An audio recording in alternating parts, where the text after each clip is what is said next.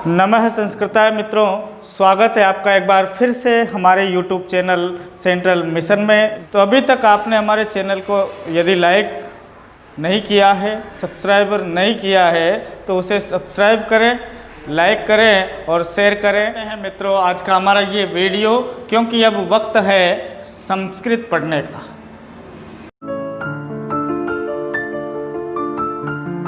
बात करते हैं मित्रों संधि इस विषय को लेकर। तो संधि में हमने अब तक जो पढ़ा है उसके बारे में थोड़ी सी चर्चा करके हम आज के इस टॉपिक को शुरू करना चाहेंगे।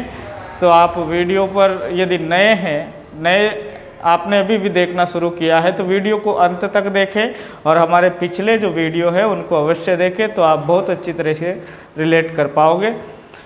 मित्रों, हम संधि पढ़ रहे थे। संधि में हमने स्वर संधि पढ़ी, स्वर संधि के सारे भागों को पढ़ा, यण, गुण, दीर्घ, वृद्धि, अयादि, पूर्वरूप, पररूप। इसके बाद में हमने जो पिछला वीडियो था उसमें व्यंजन संधि में हमने स्तुत्व संधि पढ़ी, और स्तुत्व संधि में हमने ये पढ़ा था, उसका सिस्टम एक बार यहाँ लिख लेते हैं ताकि हम जब अगली संधि पढ़ेंगे तो उससे रिलेट कर पाएंगे।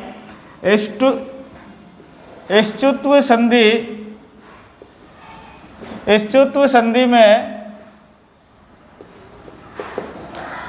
हम देख पा रहे थे मित्रों कि स या त थ द ध और न, स और त थ द न द ध न, यानी कि स के बाद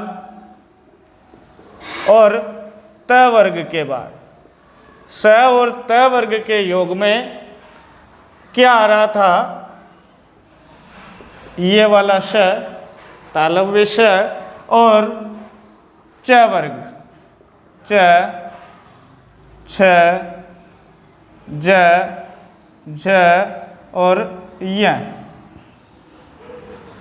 तो हम कह रहे थे कि जब कभी भी स या त वर्ग के बाद, स या त वर्ग के बाद या पहले, जब कभी भी स या त वर्ग के बाद या पहले, यानी इनके योग में स या च वर्ग के योग में अगर ये आएगा तो जो ये स या त वर्ग है ये भी बदल कर कैसा हो जाएगा? इसी की तरह हो जाएगा। यानी कि स या त वर्ग बदलेगा तो किस में बदलेगा? स या च वर्ग में। तो ऐसा सिस्टम से ही हम बदलेंगे। स किस में बदलेगा? इस वाले श में। त को बदलेंगे तो किस में बदलेगा? च में। ऐसा हमने इसके उदाहरणों में देखा था। सच्चित, उज्ज्वल, सज्जन, ऐसा हमने इसके उदाहरणों को पढ़ा था। और मित्रों, मैंने आपको बताया था कि जरूरी नहीं है कि स के बाद में स ही आए, त के बाद में च ही आए, त के बाद में स, च, च, ज, ज, इन 6 वर्णों में से कोई भी वर्ण हो सकता है। तब भी त के स्थान पर च ही करना है, थ के स्थान पर छ ही करना है। बाद में कोई से भी व्यंजन आ सकते हैं, ये सारे व्यंजन इनमें से। ऐसा ही सिस्टम आज की हमारी जो संधि है मित्रों, व्यंजन इस पार्ट की दूसरी जो हमारी संधि है उसको समझने का प्रयत्न करते हैं। व्यंजन संधि में आज हम बात करेंगे मित्रों स्तुत्व संधि। स्तुत्व संधि की दूसरी हमारी संधि है। अब स्तुत्व संधि की बात करते हैं तो उसमें हम देखेंगे कि इसका पहले क्या सूत्र क्या है, सूत्र क्या कहता है। तो एक सूत्र है इसका स्टुना स्टू, स्टुना स्टू। और हमने पिछली जो संधि पढ़ी थी वहाँ पर हमने जो सूत्र पढ़ा था वो पढ़ा था मित्रों स्तो, स्टुना, स्चू। तो यहाँ से हम स्तो ले लेंगे। स्तो यहाँ से हमने ले लिया तो हमारा जो सूत्र है वो मित्रों बना है स्तो, स्टुना, स्टू। अब इस सूत्र को समझ लेते हैं। वही सिस्टम है, बहुत आसान सा सिस्टम है, आप बहुत अच्छे तरीके से समझ पाएंगे। तो स्तो का मतलब क्या था? वहाँ हम स्तो कर रहे थे तो स्तो का मतलब क्या ले रहे थे, स आधा है ये वाला श, और इसके बाद में जो तो है ये तो नहीं है, असल में ये तू है, और तू माने होता है त वर्ग। तू माने क्या होता है, हमने पहले वाले वीडियो में ही इसकी बात की थी। तू माने त, थ, द, ध और न। चू माने च, छ, ज, झ, य। टू माने ट, ठ, ड, ढ, ण। पू माने प, फ, ब, ब, म। तो माने क्या हो गया, त वर्ग। तो वही त, थ,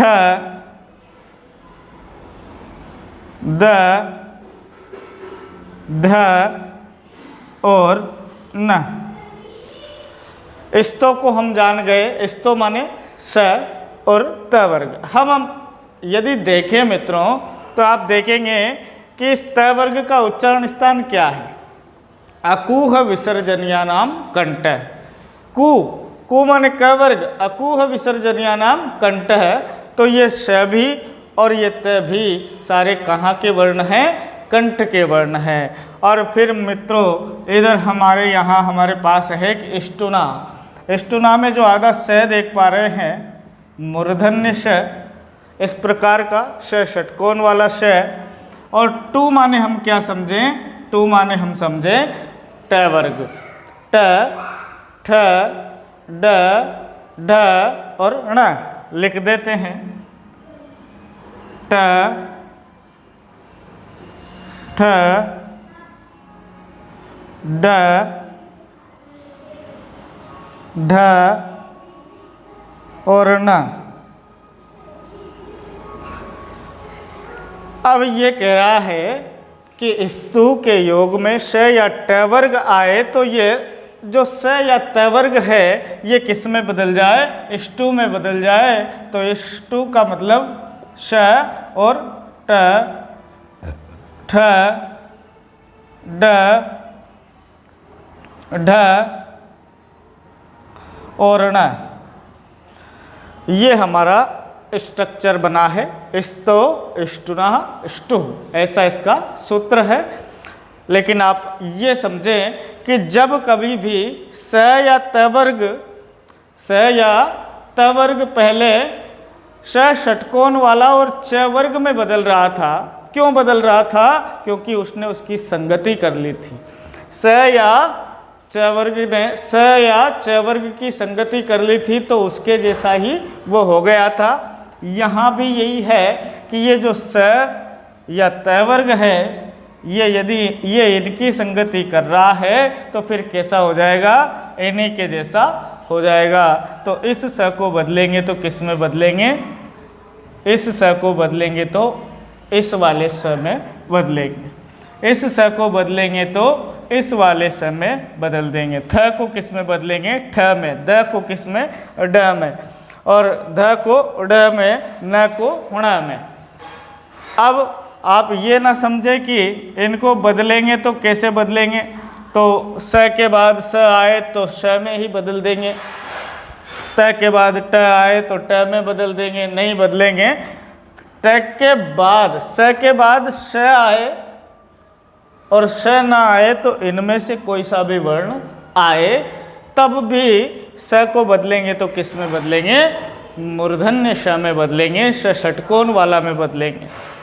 त के बाद जरूरी नहीं है ट ही आए, स आ सकता है, ठ आ सकता है, ड आ सकता है, ढ आ सकता है या ण भी आ सकता है।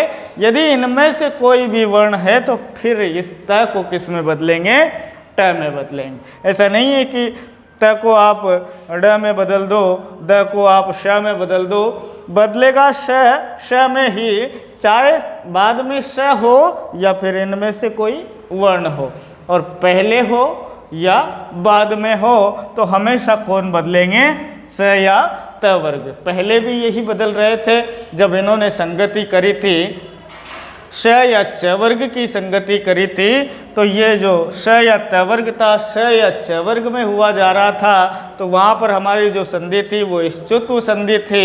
लेकिन स या ट वर्ग में यहाँ पर बदल रहा है, तो फिर ये इनके ही जैसा हुआ जा रहा है, इसलिए यहाँ पर संधि जो होती है वो कौन सी संधि है? इष्टुत्व। इष्टुत्व का भाव हो जिसमें, वो संधि कौन सी? इष्टुत्व संधि। ये स है और ये ट है, तो इष्टुत्व का भाव हो जिसमें, इष्टुत्व का भाव हो जिसमें, वो संधि कौन सी? इष्टुत्व संधि। अब एक और उदाहरण देख लेते हैं, उदाहरण से आपको बहुत अच्छा समझ में आएगा। बहुत सिंपल सा उदाहरण देखते हैं। रामस धन टीकते, रामस धन टीकते। अब मित्रों हम देख पाएंगे कि जो स या त वर्ग है ये पहले है और इसके ठीक बाद में ट आ रहा है। स के बाद में स आए तो श नहीं, फिर कैसे करते हैं यहाँ पर? यदि स के बाद में स ही चाहिए था तब जाके श होता, तो फिर यहाँ संधि कैसे करते? श के बाद में ट हो, ठ हो, कोई भी हो, ट चाहिए, ट मिल गया तो लिखा है कि इस स के स्थान पर क्या कर दें? ये वाला श, मूर्धन्य श करें, तो रा म और श, और फिर क्या है? टीकते। टीकते मित्रों एक धातु है संस्कृत में। आपने देखा होगा जो विकलांग होते हैं, दिव्यांग लोग होते हैं, जिनके पैर में मोच रहती है या पैर में जो बहुत बड़ी दिक्कत रहती है, तो वो ऐसे किसी लकड़ी के सहारे से चलते हैं, टीकते हुए चलते हैं, टेकते हुए चलते हैं। तो संस्कृत में उसे टेकते हुए चलना, इसको भी चलना ही कहते हैं। लेकिन जब आप गच्छति कहते हैं तो आप टीकते नहीं होते, आप अच्छी प्रकार से चल रहे होते हैं। जब चलती कहते हैं तो वो भी चलना ही होता है। तो रामस्य टीकते, राम के पैर में चोट लगी है, राम टीकते टीकते यानी टेकते टेकते चल रहा है, इसलिए ये धातु है। मिलाकर लिखना है। राम श कैसा है? आधा है, और टेकते क्या बना? रामश टेकते। मित्रों इन उदाहरणों को आप साथ के साथ लिख भी सकते हैं। अगला उदाहरण, एक और उदाहरण हम देखें तो वो भी बहुत अच्छा उदाहरण है। जैसे तत प्लस टीका, तत प्लस टीका। अब मित्रों क्या करें? जो हमें त दिखाई पड़ रहा है वो त तो है हमारे त वर्ग का पहला अक्षर, त वर्ग का पहला अक्षर है। लेकिन कंडीशन ये है कि श या ट वर्ग में से कोई बाद में होना चाहिए। तो त के ठीक बाद में ट दिखाई दे रहा है। क्या दे रहा है? अब त के ठीक बाद में ट दिखाई दे रहा है, तो इस त को बदल कर क्या कर देंगे? ट कर देंगे। क्या कर देंगे? ट कर देंगे। और वो ट भी कैसा है? आधा है। और फिर टीका। अब इनको मिलाकर लिखेंगे तो मित्रों ऐसे भी लिख सकते हैं तट्टिका, और ऐसे भी इसको लिख सकते हैं तट्टिका। तत् माने वह, टीका माने जो भाष्य या टीका ग्रंथों पर लिखी जाती है, ऐसी टीका। तो यहाँ पर हम अगर एक बात ऑब्जर्व करें मित्रों, इस तत् टीका को हम बहुत जल्दी जल्दी बोलें, तत् टीका, तत् टीका, तत् टीका, तो भी हम फाइनली देख पाएंगे, ऑब्जर्व कर पाएंगे कि तट्टिका हुआ जा रहा है। हाँ, तट्टिका हुआ जा रहा है, यानी कि जो दंतीय वर्ण थे त थ द द न, वो वर्ण मूर्धन्य वर्णों में बदले जा रहे थे। इसलिए इस संधि को क्या संधि कहा जाता है? इष्टुत्व संधि। मित्रों इन उदाहरणों को आप उतारते रहिए। अगला उदाहरण हम देख लेते हैं इस संधि को। एक और उदाहरण देखते हैं मित्रों, थोड़ा आप भी दिमाग लगाकर उसको करने की कोशिश करना। कृष धन न, कृष धन न। अब देखिए मित्रों, मैंने आपसे कहा था कि बदलना हमेशा श या त वर्ग ही है, चाहे वो बाद में हो या पहले हो, चाहे वो बाद में हो या पहले हो। यहाँ क्या हुआ, तट्टिका की तरह त वर्ग पहले नहीं है, त वर्ग का जो न है वो बाद में है। तो बदलना किसको है, इसी को बदलना है, माने न को बदलना है। किस में बदलेंगे, न को ण में बदलेंगे, लेकिन उसका योग चाहिए, योग, इनका योग चाहिए। तो स है, कापी है बदलने के लिए, तो इस कृष को तो हम बदलेंगे नहीं, और बदलेंगे किसको, न को, और न को किस में बदलेंगे, अण में बदलेंगे। तो न के स्थान पर क्या कर दें, अण। अब इनको मिलाकर लिख दें, कृष्ण है। आप परिचित होंगे, कृष्ण, इनसे परिचित हैं। तो कृष धन न। एक और उदाहरण ऐसा कि ऐसा ही हम देख लेते हैं, दुष धन त, दुष धन त। अब भी क्या हो रहा है मित्रों, त वर्ग जो है ये पीछे चला गया, फिर भी क्या हुआ, बदलना तो इसको ही है, क्योंकि संगति करी है इसने इसके साथ। तो इस त वर्ग ने संगति ट वर्ग के साथ करी है, तो ये भी खुद भी ट वर्ग के जैसा ही हुआ जा रहा है। इससे स्पष्ट होता है मित्रों कि जिस प्रकार की संगति आप करते हैं वैसे ही हो जाते हैं। इस स या त वर्ग ने पहले संगति करी थी स या च वर्ग की, तो स या च वर्ग के जैसा ही बदल गया था। यहाँ भी यही हो रहा है। इस बार इस स या त वर्ग ने संगति स या ट वर्ग की है, तो ये भी स या ट वर्ग ही हुआ जा रहा है। तो त को बदलेंगे तो हम त को किस में बदलते हैं, ट में बदलते हैं, ट में बदलते हैं। कब बदलते हैं, जब श ट ठ ड ढ ण इनका योग हो, इनमें से कोई भी वर्ण हो, तो हमें श दिखाई पड़ रहा है, बदलने के लिए कापी है। तो अब उस त को बदलेंगे तो किस में बदलेंगे, ट में बदलेंगे। तो इधर से तो कुछ बदलने वाला है नहीं, दुष, और इधर से इस त को बदलेंगे ट में, और दोनों को मिलाएंगे तो बनेगा दुष्ट है। क्या बनेगा, दुष्ट। आप में से कोई तो नहीं है, हम तो सत प्लस जन है, सज्जन है, आप तो सत प्लस जन है, सज्जन, इष्टु संधि वाले, और यहाँ ये है दुष्ट है, दुष्ट प्लस त, ऐसा संधि विच्छेद आप कर सकते हैं। और भी हम इसके उदाहरण देखें तो देखिए मित्रों, और अगर इसके उदाहरण हम आपकी किताब में से देखें तो एक और उदाहरण हम देख सकते हैं, रामस, रामस इधर लिख लेते हैं। इसको आप साथ के साथ में लिख रहे होंगे, मुझे ऐसी उम्मीद है। मिटा देता हूँ, रामस धन षष्ठ, रामस धन षष्ठ। अब क्या हुआ, इस स के योग में ये वाला श आ रहा है, तो फिर कोई दिक्कत है ही नहीं।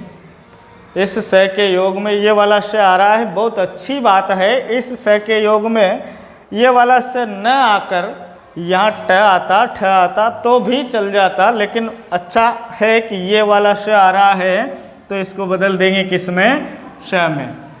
इस वाले श में राम है, श प्लस षष्ठ, तो क्या हमारा रूप बन जाएगा, रामस षष्ठ, रामस षष्ठ, ऐसा हमारा रूप बनेगा। और भी मतलब इसके उदाहरण बहुत सारे हैं, जैसे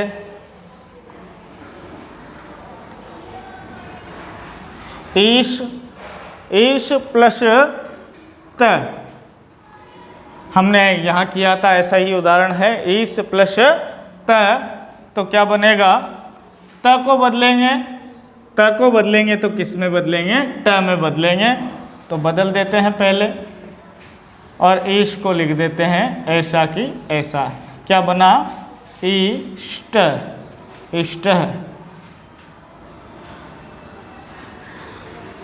और भी बहुत सारे उदाहरण आपके किताब के अंदर है, तो तो बहुत ज़्यादा अंतर इन दोनों संधियों में नहीं है। मित्रों, आगे बढ़ना चाहेंगे, इन सब उदाहरणों को आप अपने बुक के जो उदाहरण हैं उनको एक्सरसाइज करते रहिए। और आगे की हम संधि की बात करते हैं, जो हमारी तीसरी संधि है, बहुत इम्पोर्टेंट संधि है, बहुत अच्छी भी आपको लगेगी। और आपने उसके बारे में पहले पढ़ा है और नहीं पढ़ा है तो भी कोई दिक्कत नहीं है। ष्टुत्व संधि पढ़ी, दूसरी हमने ष्टुत्व संधि पढ़ी, और तीसरी हम पढ़ेंगे जस्त्व संधि। जस्त्व संधि, जस्त्व संधि पढ़ेंगे उससे पहले आप एक बहुत सामान्य सी बात समझ लीजिए, और वो ये है कि जब कभी भी हम स या च वर्ग कर रहे थे, स या च वर्ग कर रहे थे, स या त वर्ग के स्थान पर, स या त वर्ग के स्थान पर स या च वर्ग कर रहे थे, तो संधि कौन सी थी? ष्टुत्व संधि थी। जब कभी भी इसी स या त वर्ग के स्थान पर स या ट वर्ग कर रहे थे, अभी इससे थोड़ी सी देर पहले स या त वर्ग के स्थान पर स या ट वर्ग कर रहे थे, तो वो संधि कौन सी थी? ष्टुत्व संधि। अब मित्रों, जहाँ कहीं भी जस्तु होगा, क्या होगा? जस्तु होगा, वो संधि कौन सी होगी? जस्तु संधि। देखिए कैसे, हम उसका एक सूत्र देखेंगे और सूत्र के द्वारा हम रिलेट कर पाएंगे और आप भी बहुत अच्छे तरीके से उसे समझ पाएंगे। बहुत आसान है, ध्यान से देखते रहिए और वीडियो को अंत तक देखिए, और उसके बाद में उसे आप सब्सक्राइबर चैनल को सब्सक्राइब भी कर सकते हैं और वीडियो को लाइक और शेयर भी कर सकते हैं। बात करते हैं जस्तु संधि की, और जस्तु संधि का एक बहुत साधारण सा सूत्र है, आसान सा सूत्र का लिख लेते हैं। झलाम जशो अंते, झलाम जसो अंते, ये जस्तु संधि करने वाला सूत्र है। इस सूत्र को समझते हैं तो इस सूत्र में आपको दिख पा रहा होगा झल, और यहाँ दिख पा रहा होगा जस, और ये कहता है कि झल वर्ण आए तो जस वर्ण हो जाए। झल एक प्रत्याहार है, किन्हें कहते हैं इसको समझेंगे, और जस भी एक प्रत्याहार है। आपने संस्कृत की वर्णमाला पढ़ी होगी तो उसमें ज ब ग ड द और श उसके पहले तक ज ब ग ड द, इनको जश कहते हैं, और झल किनको कहते हैं? तो झबय से शुरू करके हल के ह ल तक जो प्रत्याहार बनता है उसे झल कहते हैं। तो आप इसके चक्कर में ना पड़ें, तो आप ये भी याद रख सकते हैं कि वर्ग का पहला 5 वर्ग हैं हमारे। कितने वर्ग हैं? 5 वर्ग हैं। क वर्ग है, च वर्ग है, त वर्ग है, ट वर्ग है और प वर्ग है। इसमें भी 5 अक्षर हैं, क ख ग घ ङ, च छ ज ज य, त थ द द न, ट ठ ड ढ ण और प प ब ब म। 5 वर्गों में कितने अक्षर होते हैं? 25 अक्षर होते हैं। तो एक वर्ग के अंदर कितने अक्षर हुए? 5 अक्षर। और प्रत्येक वर्ग का पहला अक्षर माने क, ट, प, ये झल वर्णों की बात कर रहे हैं, झल वर्ण निकाल रहे हैं। तो प्रत्येक वर्ग का पहला अक्षर, दूसरा अक्षर, तीसरा अक्षर, चौथा अक्षर प्लस श, स, श, श और ह। ये इतने जो वर्ण है मित्रों, ये झल वर्ण है। वर्ग का पहला, दूसरा, तीसरा, चौथा, श, श, श, तीनों प्रकार के श और ह, ये सारे मिलाकर झल वर्ण है। और झबगड दस ऐसा एक सूत्र है माहेश्वरी सूत्र में, तो उसमें देखेंगे ज, ब, ग, ड, द, ये जो है ये 5 जो वर्ण हैं इनको जस वर्ण कहते हैं। क्या कहते हैं? इनको थोड़ा क्रम से लिख लेते हैं। ज, ब, ग, ड और द। और संधि है, जस्तु संधि है। और सूत्र कह रहा है कि झल वर्णों के स्थान पर जस वर्ण हो जाए, यानी वर्ग का पहला, दूसरा, तीसरा और चौथा वर्ण प्लस श, श, स और ह आए तो इनके स्थान पर जस हो जाए। क्या हो जाए? जस हो जाए। अब मित्रों, वर्ग का पहला, दूसरा, तीसरा, चौथा है ही सही, तो इनको लिख लेते हैं। क वर्ग का पहला अक्षर कौन सा है? क, दूसरा ख, ग और चौथा घ। और ये जो क वर्ग है ये सारा की सारा मैंने आपको बताया था कंठ से बोला जाता है। अकूह विसर्जनीय नाम कंठ है। तो ये जो स है, अकूह विसर्जनीय नाम कंठ है। तो ये जो आपको ह दिखाई पड़ रहा है, ह का भी उच्चारण कहाँ से होता है? कंठ से। तो इन चारों में से क्या ले लेंगे? ह। ये सारे कहाँ के वर्ण हो गए? कंठ के वर्ण हो गए।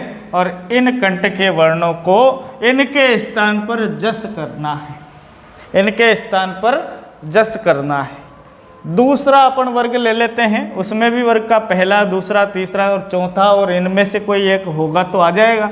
देखते हैं दूसरा जो वर्ग है, च, छ, ज, झ। ये 4 वर्ण ले लिए, पहला, दूसरा, तीसरा और चौथा। अब तालव्य से यहाँ से ले लेंगे, जो यहाँ से तालु से उत्पन्न होता है, तालु से पैदा होता है, ऐसा स। तो इचु यशा नाम तालु, ऐसा सूत्र है। इचु यशा नाम तालु। तो ये जो स है इसका भी उच्चारण कहाँ से होता है? तालु से। और इस च वर्ग का भी उच्चारण कहाँ से होता है? तालु से। तो ये तालव्य श भी ले लेते हैं। और इसके स्थान पर भी हमें क्या करना है? जस करना है। इसको बहुत आसान करने की हम कोशिश कर रहे हैं। फिर एक और वर्ग ले लेते हैं, तो त वर्ग ले लेते हैं। त, थ, द और ध। त, थ, द, ध। और त वर्ग यहाँ से कोई आ रहा है क्या? दंतीय स सरोता वाला, ऋतु लसा नाम दंता। त वर्ग का उच्चारण स्थान दंत है, ऋतु लसा नाम दंता। तो उसमें स भी आता है, तो यहाँ से हम ये स ले लेंगे और इनके स्थान पर भी हम जस करेंगे, क्योंकि ये सारे जो वर्ण हैं ये झल वर्ण हैं। वर्ग का पहला, दूसरा, तीसरा, चौथा, श, श, श और ह, ये जो हैं ये सारे के सारे जल वर्ण हैं और इनके स्थान पर जस करना है। कौन सा जस किसके स्थान पर करें ये हम थोड़ी देर बाद में समझ पाएंगे। अगला जो है हमारा ट वर्ग, ट, ठ, ड और ढ। 1, 2, 3, 4 वर्ग के पहले, दूसरे, तीसरे और चौथे। एक ट वर्ग के 4 अक्षर ले लिए। अब यहाँ से देखेंगे तो ऋतु रसानाम मूर्धा उच्चारण स्थानों में आपने पढ़ा होगा, मूर्धा से बोले जाते हैं। ये ट वर्ग है, ये यहाँ इनमें कोई मूर्धा का वर्ण हो तो ले सकते हैं। तो ये जो स है ये भी कहाँ से बोला जाता है? मूर्धा से बोला जाता है। और जो हमारा अंतिम वर्ग है प, फ, ब और भ। 1, 2, 3, 4, 1, 2, 3, 4 और इनमें से कोई बचा ही नहीं, तो इनके स्थान पर क्या करना है? जस करना है। जस माने क्या? तो जस माने हमने लिख रखा है कि ज, ब, ग, ड, द। जस माने ज, ब, ग, ड, द। अब समस्या यह है कि किसके स्थान पर कौन सा जस करें? क, ख, ग, घ और ह के स्थान पर कौन सा जस करें? तो इसमें से आप देख पाएंगे कि जस में यहाँ कोई दिख पा रहा है आपको? हम कहते हैं ना सीधा सीधा कि वर्ग का तीसरा अक्षर कर देते हैं, जस संधि खत्म हो गई। ठीक है, लेकिन उसका सिस्टम है अपना एक। तो भाई क वर्ग के स्थान पर, क वर्ग कंठ से बोला जा रहा है, कहाँ से? कंठ से उत्पन्न होता है। इनमें कोई कंठ से बोला जा रहा है क्या? तो ग जो है वो कंठ से उत्पन्न होता है, तो ग कर देंगे।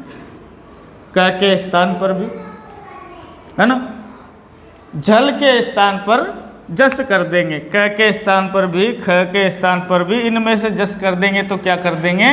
ग कर देंगे। इनमें से करेंगे तो क्या दिखाई पड़ रहा है आपको? ज। ज अगर त वर्ग के बाद में आ रहा है तो फिर अपन उसका क्या करेंगे? द कर देंगे। ट वर्ग के स्थान पर हम क्या करेंगे?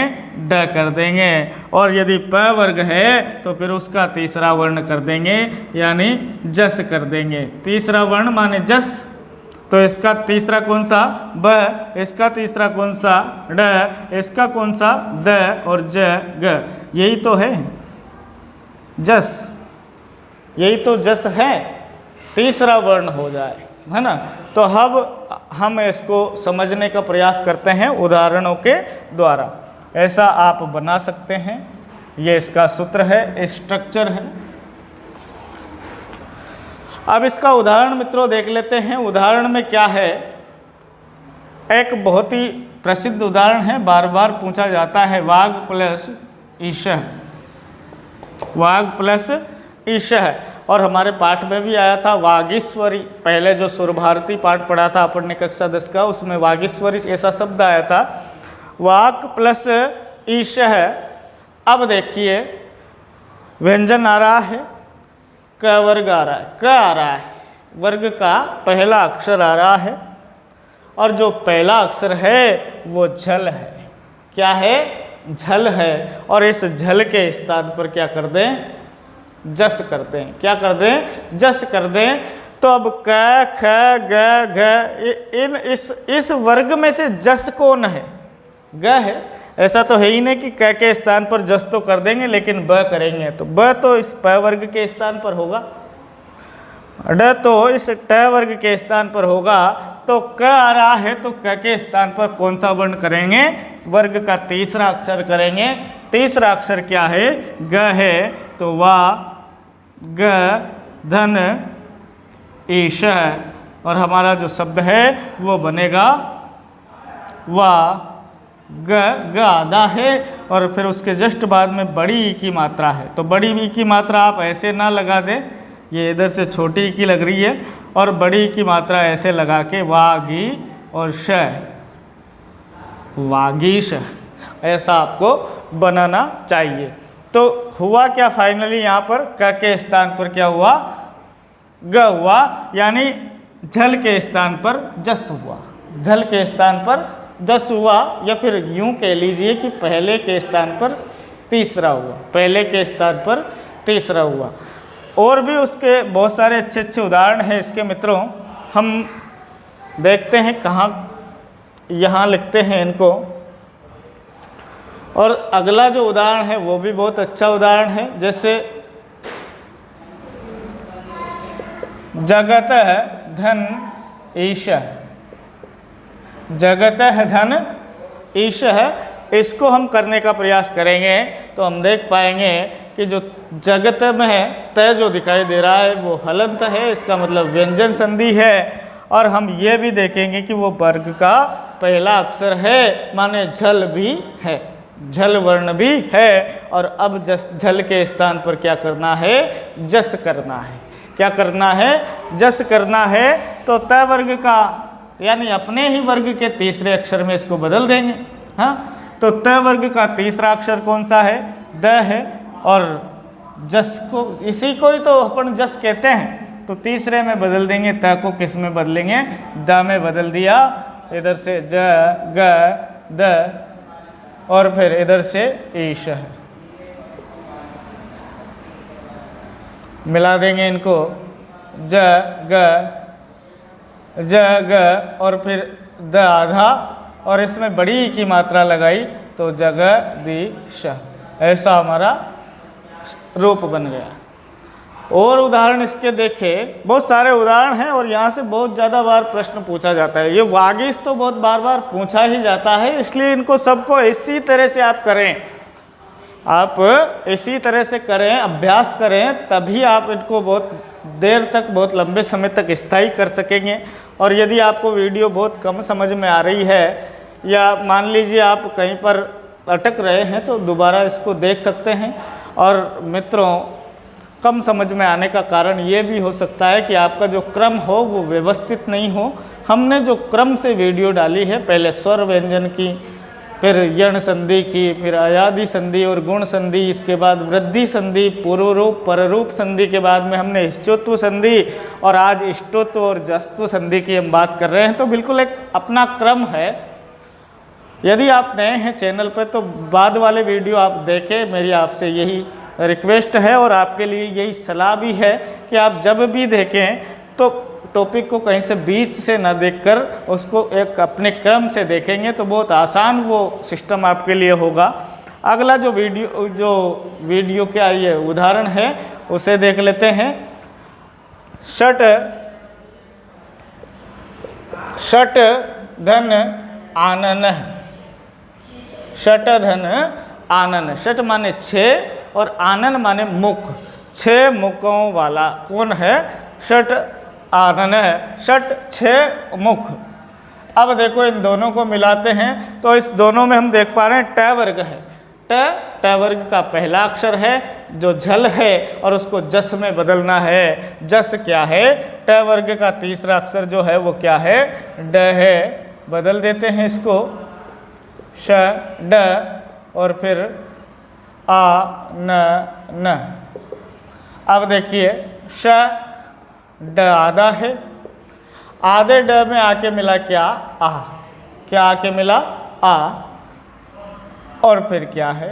नन। षडानन। क्या बना? 6 आननों वाला, 6 मुख हैं ऐसा कुमार कार्तिकेय, जिनके 6 मुख हैं भगवान कार्तिकेय, षडानन। और उदाहरण देख लेते हैं, बहुत अच्छा उदाहरण है एक और।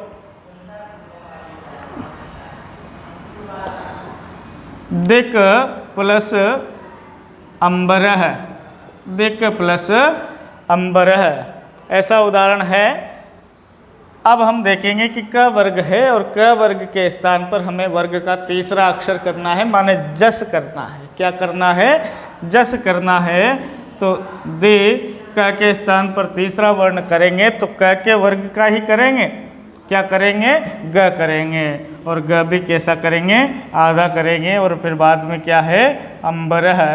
तो इनको मिलाएंगे तो दी और ग कैसा है? आधा है, आधा है, आधा है। और बाद में अंबर है, बाद में क्या है? अंबर है। तो ये जो है इसमें मिल जाएगा दी ग में और ग पूरा हो जाएगा और कैसा बन जाएगा? दिगंबरः, दिक् अंबरः, दिगंबरः, ऐसा बन जाएगा। अब मित्रों बात करते हैं और इसके छोटे मोटे जो भी उदाहरण हैं, बहुत अच्छे उदाहरण देखते हैं। आपकी किताब के ही सारे उदाहरण में लेकर आता हूँ। क्यों? क्योंकि जो चाहे कोई सी भी परीक्षा हो मित्रों, बड़ी से बड़ी और छोटी से छोटी, कक्षा 6, 7, 8, 9 और 10 के उदाहरण आते हैं। और जो ये वीडियो आप देख पा रहे हैं, चाहे कोई सी भी कक्षा हो, उसी के लिए ये बहुत महत्वपूर्ण है। चाहे कक्षा 6 हो, 7 हो, 8 हो, 9 हो, 10 हो, 11, 12 या कोई भी प्रतियोगी परीक्षा आप रीट MP CTET MP वर्ग 3 फर्स्ट ग्रेड, सेकंड ग्रेड, सब में आपको ये बहुत सामान्य चीज़ है, जानना ही पड़ेगा। ऊंचा ही जाता है तो आप इन्हें अभी से ही कंप्लीट करें तो मेरे हिसाब से आपके लिए बहुत अच्छा रहेगा। जल्दी से इसके उदाहरण देख लेते हैं। दिक् प्लस गज, क्या बनेगा? क को बदलेंगे किसमें? ग में। दिक् प्लस गज क्या बनेगा? दिग्गज। ग आधा और फिर दिग्गज है, ऐसा बनेगा। और देख लेते हैं, आपकी किताब का ही है, एक उदाहरण ले लेते हैं, बहुत अच्छा उदाहरण है। जैसे अपन ने पढ़ा था दूसरे पार्ट में कि गोदावरी नदी तीरे एक सालमली तरु अस्ति, और उसमें अपने पढ़ा था नाना दिक देशात आगत्य रात्रो पक्षिणों तत्र उपविष्टा। तो दिक देशात ऐसा शब्द था हमारी किताब के, उसमें दिक प्लस देशात, वहाँ पर भी कौन सी संधि हो रही थी? जस्तु संधि हो रही थी। कैसे हो रही थी? तो हम देखेंगे कि ये जो क है झल वर्ण है, वर्ग का पहला अक्षर है, और इसे बदल किस में देते हैं? जस वर्णों में, यानी वर्ग के तीसरे अक्षर में। अब क ख ग घ ह इनको बदलेंगे तो इन्हीं के तीसरे वर्ण में बदलेंगे, न कि क वर्ग को ऐसे ज में बदल देंगे। ज में नहीं बदलेंगे। ज में क्यों बदलेंगे? ज में तो उसे बदलेंगे जो च वर्ग का है। तो यहाँ क देख पा रहे हैं, क का अपना तीसरा अक्षर कौन सा है? ग है। तो क को किस में बदल देंगे? ग में बदल देंगे, क्योंकि ग क्या है? जस है। ग क्या है? जस है। ज क्या है? जस है। तो झल को किस में बदल रहे हैं? जस में।